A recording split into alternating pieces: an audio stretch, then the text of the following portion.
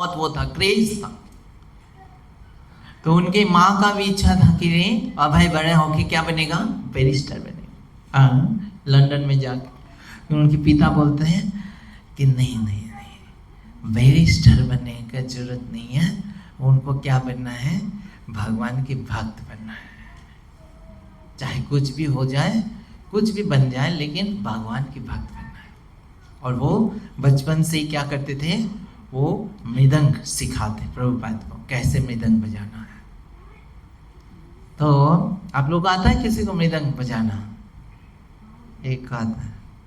सीखना चाहते हैं मृदंग कैसे बजाना है? कौन सीखना चाहता है? हाथ उठाइए। तो आप ये अंशुल प्रभु से कांटेक्ट कीजिएगा, सिखाएंगे। तो प्रभुपाद बचपन में ही वो जब पकड़ भी नहीं पाते थे दोनों हाथ से, ऐसे मृदंग इतना बड़ा होता था, उनका दोनों हाथ पहुंच भी नहीं पाते, तब से मृदंग सीख गए। तो इसीलिए श्रील प्रभुपाद जब अमेरिका गया, सब लोगों को, उनको पता ही नहीं होता था मृदंग क्या है, विदेशों में लोगों को। प्रभुपाद ने यहाँ से कुरियर करके मृदंग मंगाया, वहाँ पे भारत से कुरियर करके गया मृदंग, हाँ, बाई पोस्ट। और फिर प्रभुपाद ने वहाँ पे मृदंग बजाना सिखाया। ये जो एक एक चीज विदेशी लोगों को कुछ पता नहीं है कि कैसे मृदंग बजता है, कैसे धोती पहनना है, कैसे तिलक, कुछ नहीं पता। श्रील प्रभुपाद ने एक एक चीजें सिखाया।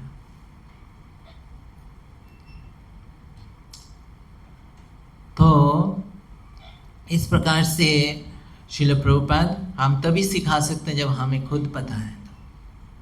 और फिर आपको पता है कि जब शायद पिछले बार प्रभु जी ने बताया कि कैसे जब बड़े होते थे प्रभुपाद, जो उनका पास में, घर के पास में एक मंदिर होता था, राधा गोविंद मंदिर, और वहाँ पे जाते थे, उनके पिताजी के साथ जाते थे, और वहाँ पे सब कुछ आरती और सब कुछ देखते थे, देख देख के सीखते थे। और उन्हें अपनी खिलौना के लिए बोले अपने पास भी एक डीटीज होना चाहिए। तो प्रभुपाद के पिता ने उनको डीटीज दिए। और वो रथ यात्रा जब होता है, रथ यात्रा उत्सव, तो बोलते हैं रथ यात्रा उत्सव मनाना है, बोले मेरा पास भी एक रथ होना चाहिए। तो उनके श्रील प्रभुपाद के पिता ने थे, आप लोग पिछली बार कोई सुना कैसे, तो उनके पास ज़्यादा धन भी नहीं था, तो वो मार्केट लेके गए कि चलो तुमको रथ खरीद के देते हैं। और जब रथ खरीद के देते हैं तो गए, तो मार्केट में देखे जो भी छोटे मोटे रथ हैं, जितना लक्ष्मी था उसमें छोटा मोटा रथ आता था और ज़्यादा था नहीं। और फिर वो दुखी होके आ जा रहे थे कि रथ तो मिला नहीं। तो जब रास्ते से आ रहे थे तो श्रील प्रभुपाद, छोटे बालक थे ना, तो वो क्या करने लगे कि पिता को समझ भी रहे, उनका पिता का पास धन भी नहीं है और कहाँ से रथ भी नहीं मिला, तो क्या करें, फिर रोने लग गए। ये रास्ते में रोते रोते आ रहे हैं। तो एक जो है एक माता जी जा रही थी, थोड़ा अच्छे जो है धनी, तो जा रहे थे। तो बोले ये बालक रोता क्यों है, क्यों रो रहा है? तो बोले ये रो रहा है इसलिए क्योंकि उसको रथ चाहिए। तो बोले अच्छा, मेरा घर में एक बहुत बड़ा रथ पड़ा हुआ है, मैं सोच रहा हूँ रथ क्या करूँ, देखिए अगर उसको पसंद आ जाए तो वो ले लीजिए।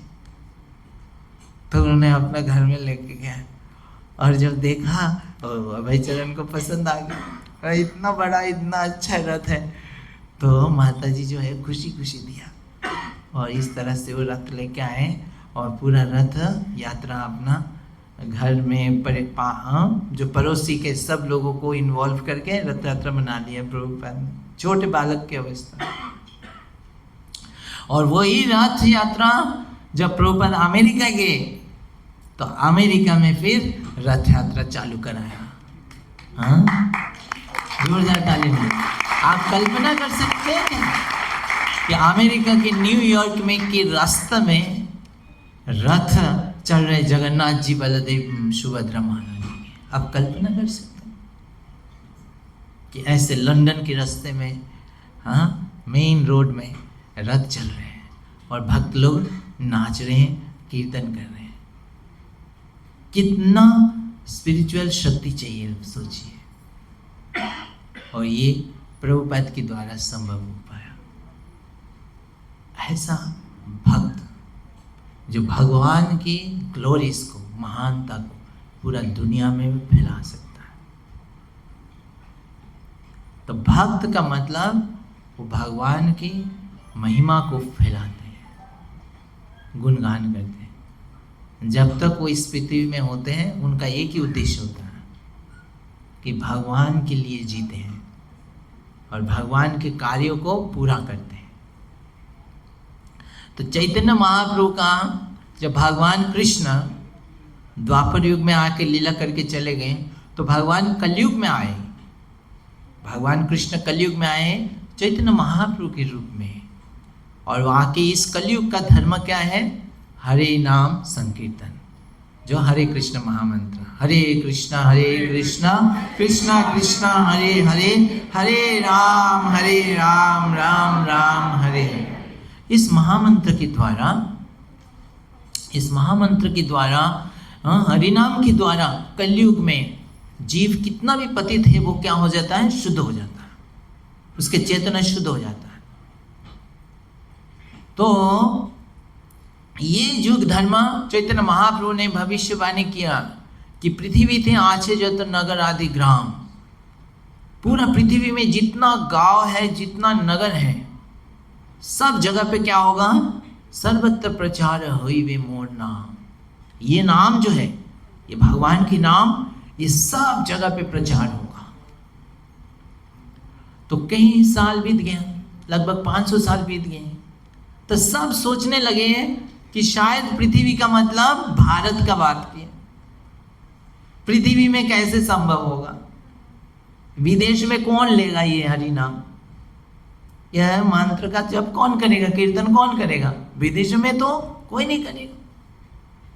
वहां पे तो सब सूट कोट में है, और वहां पे तो सिर्फ इकोनॉमिक डेवलपमेंट और यही सब चीजें, टेक्नोलॉजी है।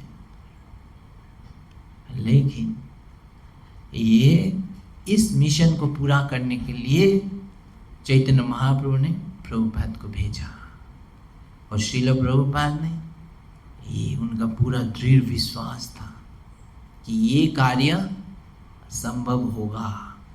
अगर चैतन्य महाप्रभु भगवान ने कुछ कह दिया तो वो संभव होगा।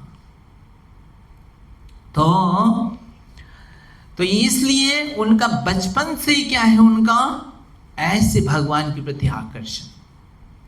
और जब वो धीरे धीरे स्कूल में पढ़े, कॉलेज में पढ़ गया, अब कॉलेज में जाते हैं तो कॉलेज में जैसे छुट्टी होता है ना, एग्जाम के बाद छुट्टी होता है, तो हम कहीं घूमने जाते हैं, कहीं हो जाते हैं।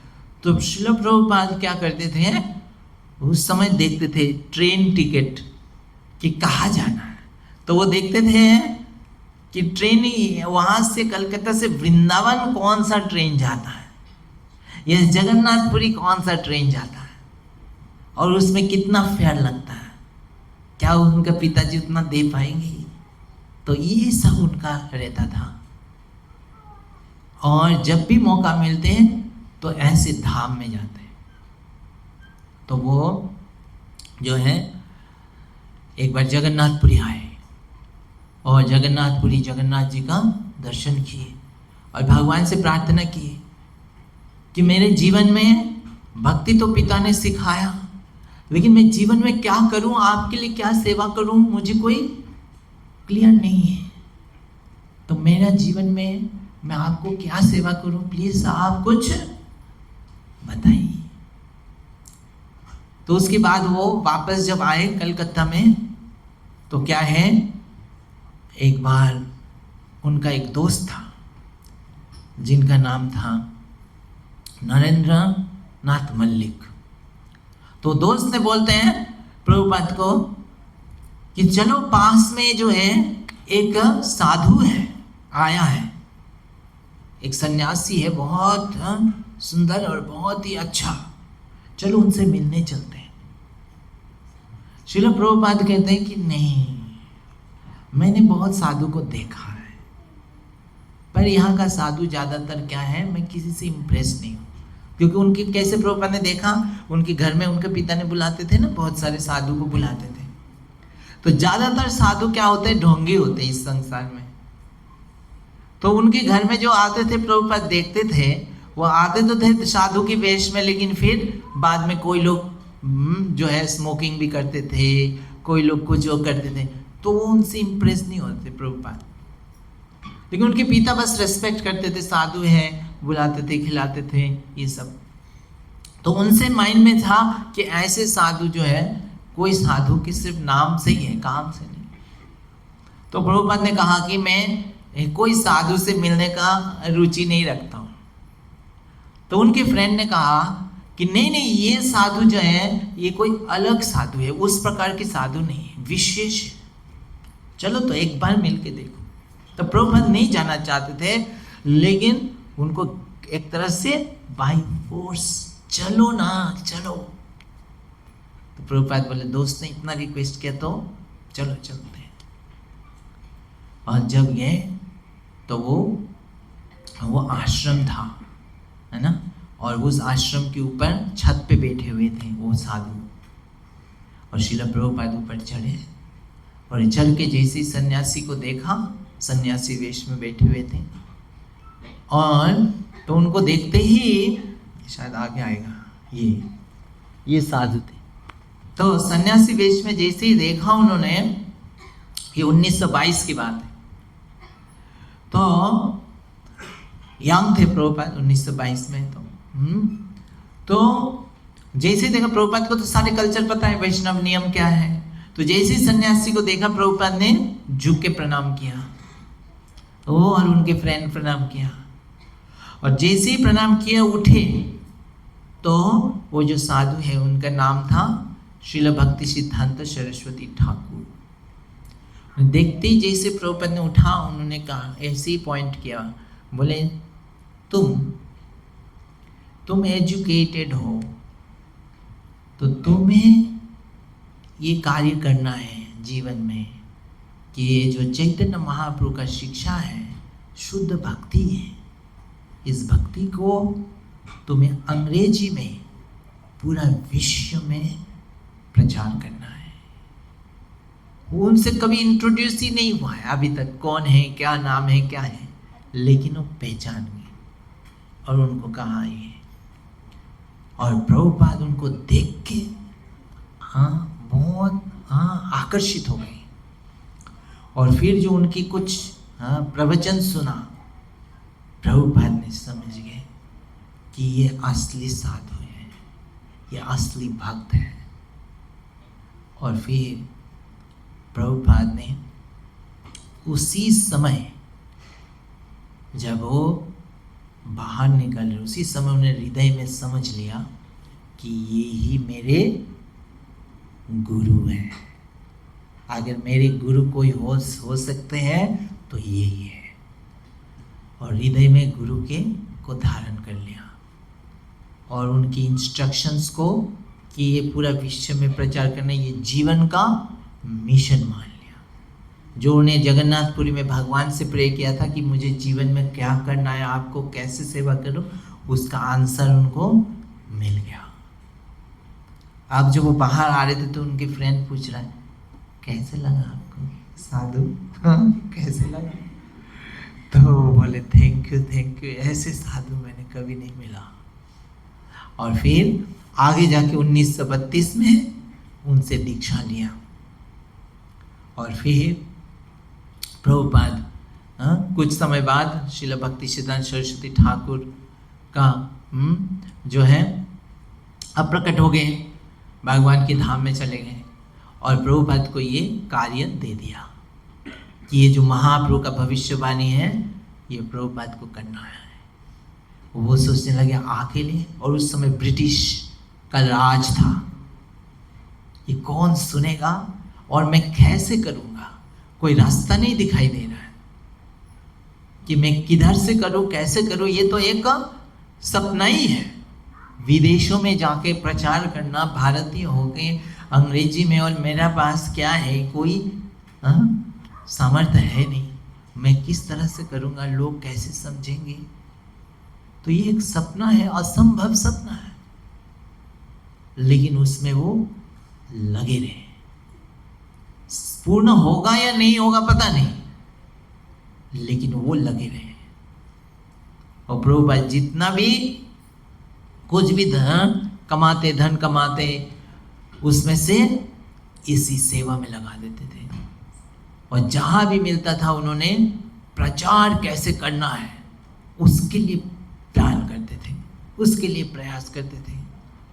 अपना बिजनेस करके जो भी समय मिलता था फिर वो लोगों के पास जाते हैं। और उन्होंने एक मैगजीन शुरू किया, उस मैगजीन का नाम था back to Godhead. Back to Godhead मतलब वापस भगवान की धाम। तो हम सब के लिए ये लक्ष्य प्रभुपाद ने उस समय से क्लियर कर दिया कि कई लोग हम लोग को पता ही नहीं होता है, हम भक्ति तो कर रहे हैं लेकिन हमें अल्टीमेटली कहाँ जाना है, हमारा लक्ष्य क्या है। तो हम सबको कहाँ जाना है, भगवान की धाम। बेक हमारा असली घर है भगवान की धाम, वहां जाना है। तो उसके लिए प्रभुपाद समय निकालते थे। बहुत मुश्किल है इसके लिए, कभी कभी पेपर नहीं मिलता था उस समय, कहीं युद्ध होता था, कुछ होता था ब्रिटिश समय में, कई सारे कभी पेपर्स मिलते ही नहीं थे। इन प्रभुपाद कभी पेपर्स नहीं मिलते तो लिख लिख के रख देते थे। वो अपना सेवा को कभी बंद नहीं करते थे, लेकिन जब भी पेपर मिल गया तो फिर सारे एक साथ छाप लिया। तो ऐसे करके वो ये मैगजीन छापते थे और मैगजीन फिर खुद लिखते थे, खुद छापते थे और फिर खुद रास्ते में जाके डिस्ट्रीब्यूट करते थे। इस तरह से कई बार डिस्ट्रीब्यूट करते हुए इतना धूप में प्रभुपाद का स्ट्रोक हो जाता, सन स्ट्रोक हो जाता, तो फिर लोग कोई पकड़ के उनको ले जाते थे। तो कभी जैसे बुक्स को छपने के लिए उनका बस धन नहीं होता था, तो कभी किसी और से उधारी ले लेते थे। और खुद ब्रेकफास्ट करने के लिए भी लक्ष्मी नहीं होता था। जो प्रिंटर का पास आते थे और प्रिंटर को बोलते थे ये, तो प्रिंटर से कभी उधारी हो जाता था, प्रिंटर को समझ में आता था और जो भी उनका ब्रेकफास्ट की लक्ष्मी वो भी उनको दे देते थे। प्रिंटर को समझ में आता कितना वो कष्ट कर रहे हैं। तो प्रिंटर पूछते थे, अभय बाबू आपके पास लक्ष्मी भी कम है, आप उधारी लेके भी आप इसको कर रहे हैं, और आप करने का बाद डिस्ट्रीब्यूट जब करने जाते उसमें भी आपको कई लोग सुनते हैं आपका बात, कई नहीं भी सुनते हैं, कई लोग आपको इंसल्ट भी करते हैं और बहुत मुश्किल से आपको होता है, तो आखिर आप क्यों करते हैं उसको, छोड़ दीजिए इसको। तो वो कहते थे यह आपको नहीं समझ में आएगा, जो ये किसके लिए कर रहे हैं, भगवान के लिए कर रहे हैं। ये भगवान का इच्छा है, जो गुरु से आदेश मिला हुआ है, ये भगवान के लिए करना है। जैसे हमने रामायण कथा में हमने चर्चा किया था ना, हनुमान जी भगवान की इच्छा है तो लंका चले गए, पता नहीं लंका में क्या होगा, पकड़ के उनको मार देगा, क्या करेगा, चल पड़े, भगवान के लिए कार्य करना है। तो इस प्रकार से प्रभुपाद कहते कि लेकिन आप देखिएगा एक दिन ये जो है ये सफल होगा। तो ऐसे तपस्या किया श्रील प्रभुपाद ने। उनके लिए कोई जगह नहीं होता था जहां पे वो रह के एक प्रोग्राम कर सके। ऐसे क्लास ये तो प्रभुपाद के गिफ्ट हैं, महाराज लोग के गिफ्ट हैं। ये ऐसे हम बैठ के आराम से सुन सके, पर ऐसे कोई जगह नहीं था उनके पास जहाँ पे लोगों को बुला सके। तो प्रभुपाद बहुत मुश्किल से, लेकिन वो प्रभुपाद प्लान करते थे कि कैसे ये वर्ल्ड वाइड पूरा विश्व में ये प्रचार होगा, प्लान तो करना पड़ेगा। तो प्रभुपाद ने से कहीं से तो शुरुआत होगा, कहीं से तो एक सेंटर बनेगा, है ना। तो देखिए उनके पास धन नहीं है, कोई वो नहीं है, लेकिन कैसे स्ट्रगल कर रहे हैं। तो एक बार उनका बिजनेस के काम से कभी कभी झांसी जाते थे और झांसी में कई लोग सज्जन व्यक्ति मिले तो वहाँ पे एक गीता भवन था, जैसे कम्युनिटी हॉल होता है ना, इस तरह से एक गीता भवन था। तो उसका जो ओनर थे, मालिक था, वो प्रभुपाद से संपर्क में आए और फिर उन्होंने कहा कि ये बहुत अच्छी बात है, तो आप क्या कीजिए, इस गीता भवन खाली है तो आप इसको इस्तेमाल कीजिए और यहाँ पे आप प्रोग्राम कीजिए और इसको आप सेंटर बनाइए। तो प्रभुपाद बहुत प्रसन्न हो गए कि भगवान की कृपा हुआ। तो उन्होंने उस गीता भवन को लिया और झांसी में उन्होंने शुरू किया। सोचिए अभी पूरा विश्व भर क्या होगा, ये संस्था शुरू होगा और इसका पहला सेंटर कहाँ पे, ये झांसी में। और इसका नाम दिया प्रभुपाद ने league of devotees, league of devotees, भक्तों की है एक तरह से दल। तो प्रभुपाद ने बहुत अच्छे से प्लान बनाया, एक एक चीज। उसका उद्घाटन जब किया गया तो कई लोगों को बुलाया गया, सम्मानित लोगों को बुलाया गया और बहुत अच्छे से उन्होंने प्लान किया। वहाँ पे रेगुलर क्लास शुरू हो गया और रेगुलर वो जाके कीर्तन भी करते थे आसपास में।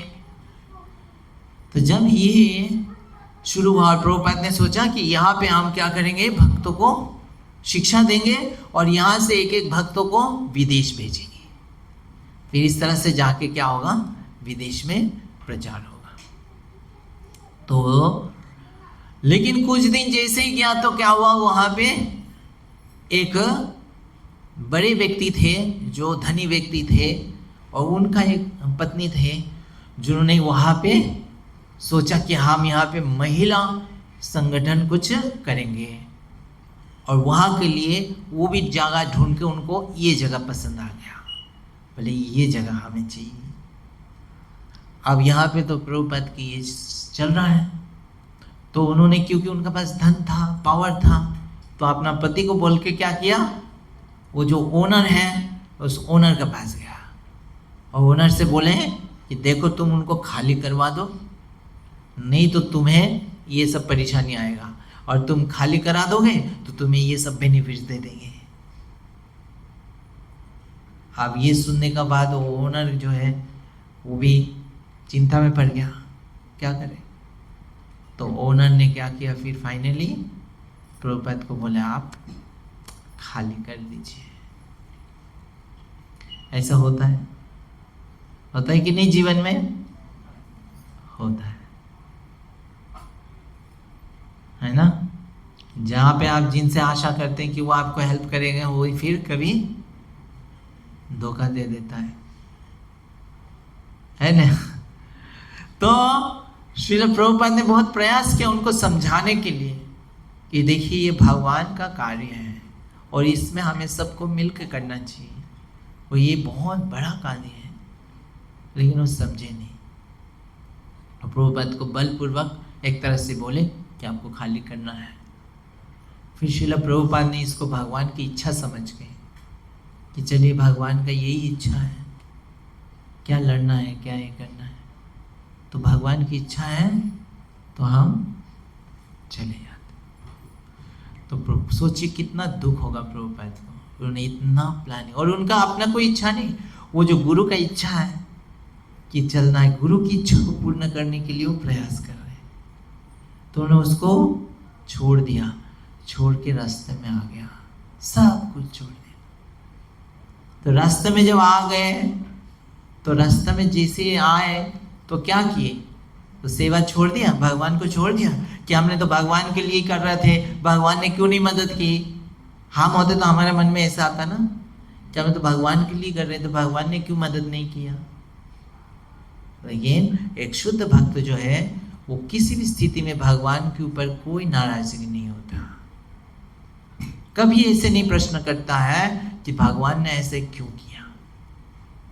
ये भक्त का पहचान है कि भक्त जानता है कि भगवान हमसे प्रेम करते हैं और भगवान जो भी करेंगे हमारी भलाई के लिए।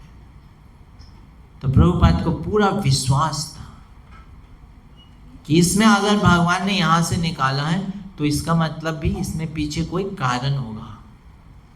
तो भगवान जहाँ चाहते हैं हम वहाँ पे सेवा करेंगे। तो रास्ता में निकल आए, लेकिन अगली दिन से ही फिर प्रभुपाद का ये बैक टू गॉडहेड मैगजीन छपना और डिस्ट्रीब्यूट करना ये चल रहा है। मैंने सेवा छोड़ा नहीं, भक्ति छोड़ा नहीं किसी भी सिचुएशन में। तो ऐसा स्थिति है। और प्रभुपाद का हमेशा प्लान क्या है, कैसे विदेश में जा सकते हैं, क्योंकि उनके गुरु का आदेश है कि विदेश में जाके प्रचार करना। तो प्रभुपाद ने एक बार क्या लिखा जो है, तो उसके बाद प्रभुपाद ने एक बार वो लिखा ग्रंथ, एक पूरा आर्टिकल लिखा श्रीमद् भागवतम के ऊपर, और उसको लिख के पूरा विदेश में, शायद जापान या कोई ऐसी जगह था जहाँ पे सारे पूरा विश्व के जो धार्मिक लोगों का कॉन्फ्रेंस होगा। अब प्रभुपाद ने उस पर वो आर्टिकल भेजा। तो जब आर्टिकल भेजा, प्रभुपाद का आर्टिकल सिलेक्ट हो गया, और फिर प्रभुपाद को इनवाइट कर रहे कि आप आ सकते हैं और पूरा इंटरनेशनल जो कॉन्फ्रेंस होगा उसमें आप उसको प्रेजेंट कर सकते हैं। आप प्रभुपाद बहुत प्रसन्न हुए कि ये एक मौका है विदेश में जाके कुछ शुरू करने के लिए। और फिर प्रभुपाद को जाने के लिए क्या चाहिए, अब परमिशन तो मिल गया, सब मिल गया, लेकिन क्या चाहिए, टिकट चाहिए। अब जाने का टिकट प्रभुपाद को देना पड़ेगा। अब प्रभुपाद को टिकट के लिए पैसा नहीं है। अब वो टिकट के लिए कई लोगों के पास गए कि टिकट का पैसा अंत तक नहीं हो पाया। प्रभुपाद को बहुत दुख लगा कि वो पूरा क्वालिफाई हो चुके हैं, लेकिन जस्ट पैसा नहीं होने के कारण वो जा नहीं पाए।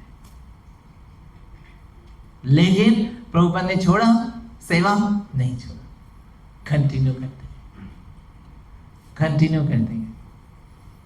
और फिर प्रभुपाद ने क्या है, एक दिन प्रभुपाद के सपने में आते हैं उनके गुरु, आके बोलते हैं आपको सन्यास लेना पड़ेगा, सन्यास ले लो।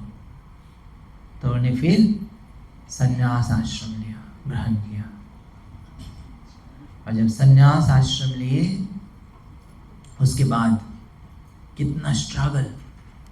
फिर वो सन्यास आश्रम लेने के बाद, वो कहाँ रह रहे थे, वो वृंदावन में एक, आप वृंदावन में जाएंगे, राधा दामोदर मंदिर है। तो राधा दामोदर मंदिर में एक छोटा सा कमरा, वहाँ पे रहते थे ना। गर्मी में एक छोटा सा फैन होता था, और उसमें बैठ के वो लिखते थे भागवतम का।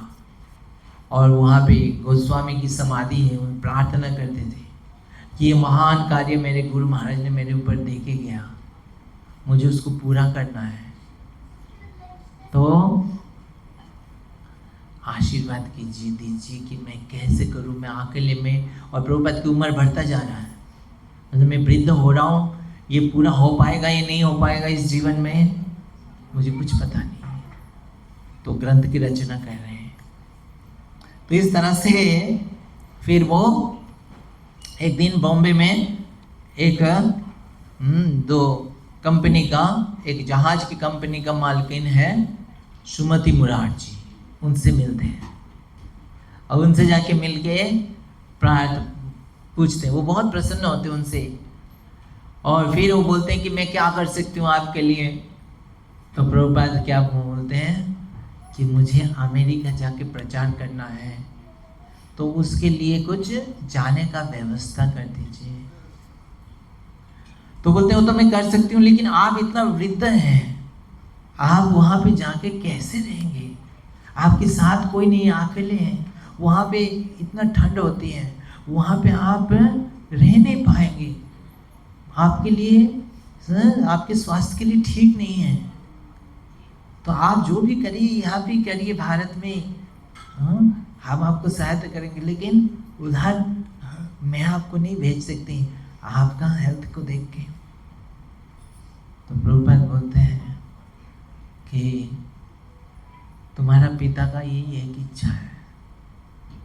तो पिताजी से उस मानते थे, एक ही इच्छा है, उनके गुरु का इच्छा को पूर्ण करना है, और मेरा तो ये तुम चाहो तो पूरा कर सकते हो।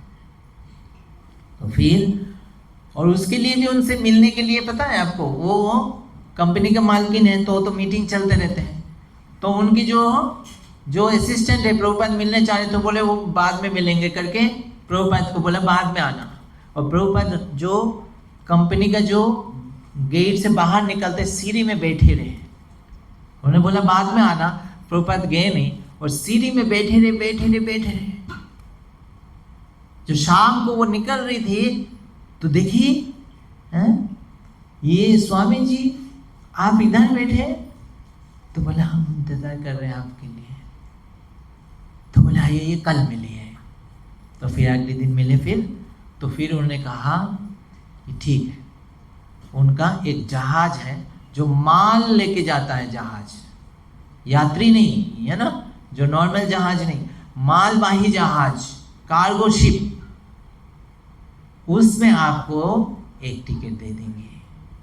तो जो माल जाते हैं उनका कंपनी का जहाज है, तो उसमें प्रभुपाद को दिया। तो 1965 में प्रभुपाद अकेले, ये जलदूत उसका नाम है, तो जलदूत में करके प्रभुपाद निकाल पड़ते हैं अकेले।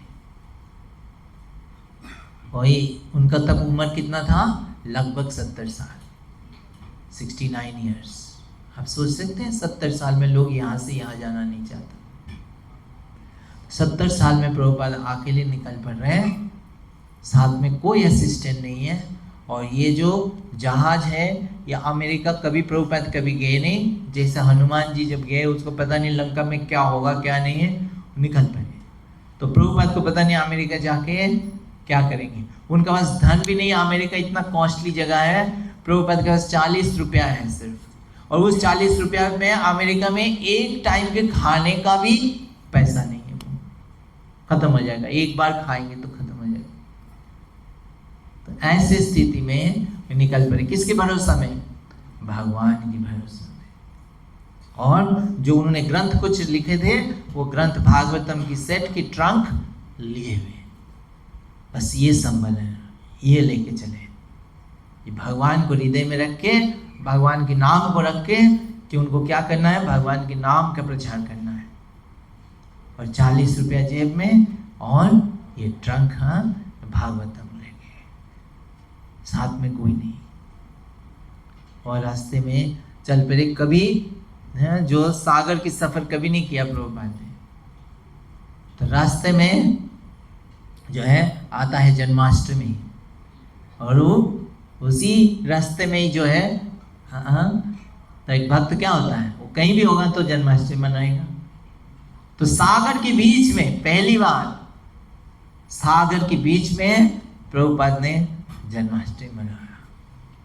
और तो लोग कौन थे, जो शिप में जितने लोग थे सबको बुलाया, और प्रभुपाद ने खुद कुछ कुकिंग किया और फिर प्रसाद सबको बांटे, कीर्तन किया, भगवान की कथा किया। तो ऐसे भक्त की परिचय है, वो किसी भी परिस्थिति में अपना भक्ति कंटिन्यू करते हैं। तो फिर अगली सेशन में हम चर्चा करेंगे फिर उसके आगे क्या हुआ है, ठीक है। हरे कृष्णा कृष्णा कृष्णा हरे हरे, हरे राम राम राम हरे हरे। जगत गुरु श्रील प्रभुपाद की जय। निताई गौर प्रेमानंदी। थैंक यू प्रभु जी। तो किसी भक्त का कोई प्रश्न है, हाथ खड़ा कर सकते हैं। हाँ, ये सौरभ प्रभु आपका।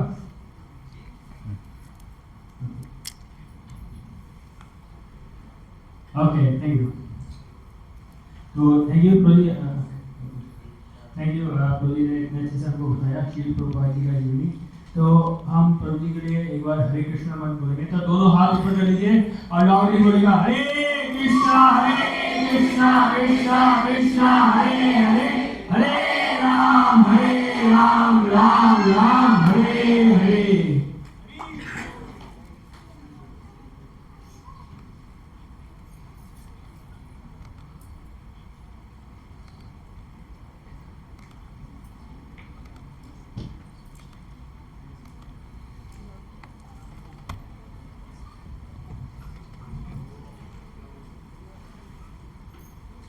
विजिट